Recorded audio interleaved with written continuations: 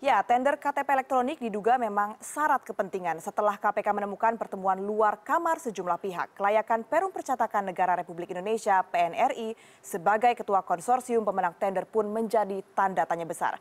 CNN Indonesia menguak lebih dalam kelayakan perusahaan ketua pemenang tender KTP elektronik ini.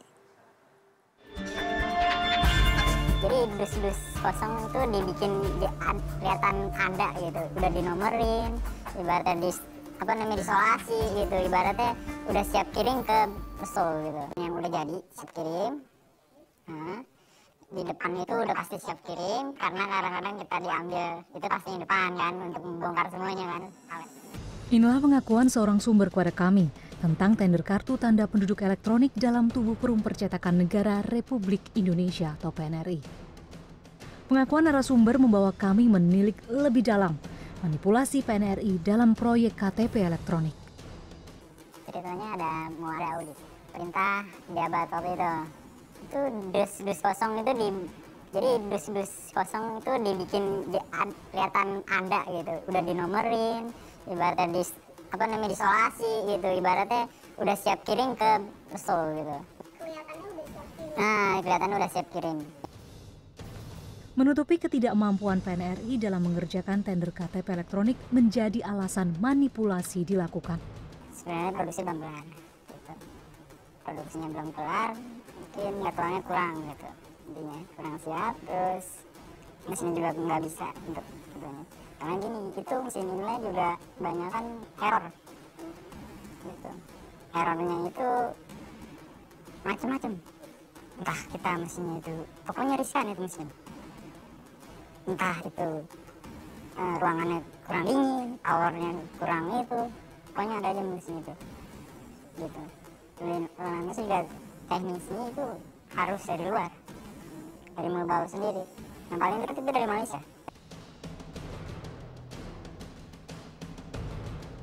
Tak hanya itu, sumber yang sama menuturkan kepada kami, PNRI sempat mencoba mencetak KTP elektronik hanya dengan 5 layar. Dari awal pun saya training itu 7 layer. Nah, waktu itu kita coba-coba untuk 5 layer tanpa lapis core, langsung basic down gitu. Itu coba, cuman hasilnya gagal di laminasi sama di mesin potong. Mesin laminasi itu terlalu panas, jadi meleleh gitu. Kalau dipotong itu pecah, arahan dari pejabat seperti itu. Kami pun mencoba melakukan konfirmasi ke Kementerian Dalam Negeri mengenai layar KTP elektronik.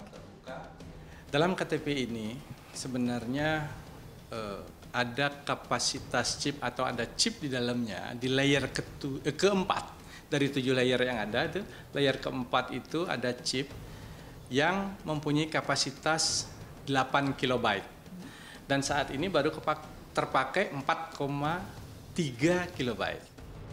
Dalam surat dakwaan KPK disebutkan, hingga dinyatakan sebagai pemenang tender, konsorsium PNRI tak pernah melampirkan sertifikat ISO 9001 dan ISO 14001 yang menjadi syarat utama memenangkan tender proyek senilai 5,8 triliun rupiah ini.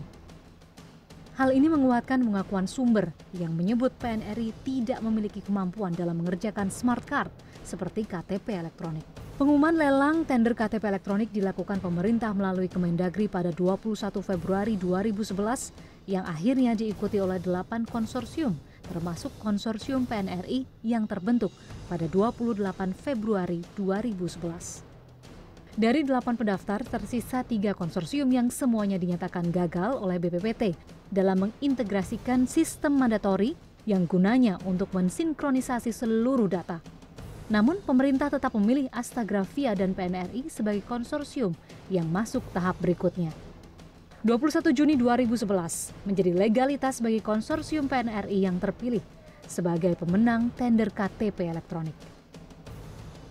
Kejanggalan lain juga diceritakan sumber berbeda kepada kami. Sudah sempat memberitahu kepada kita karyawan bahwa kita sedang menggarap pekerjaan iktp. Waktu itu dimulai pada tahun 2010, di mana direksi melakukan investasi mesin-mesin smart card Yang kita ketahui pada saat itu belum ada kajiannya. Saat itu memang dilakukan sangat tertutup di percetakan negara. Datanya kapanpun kita tidak tahu.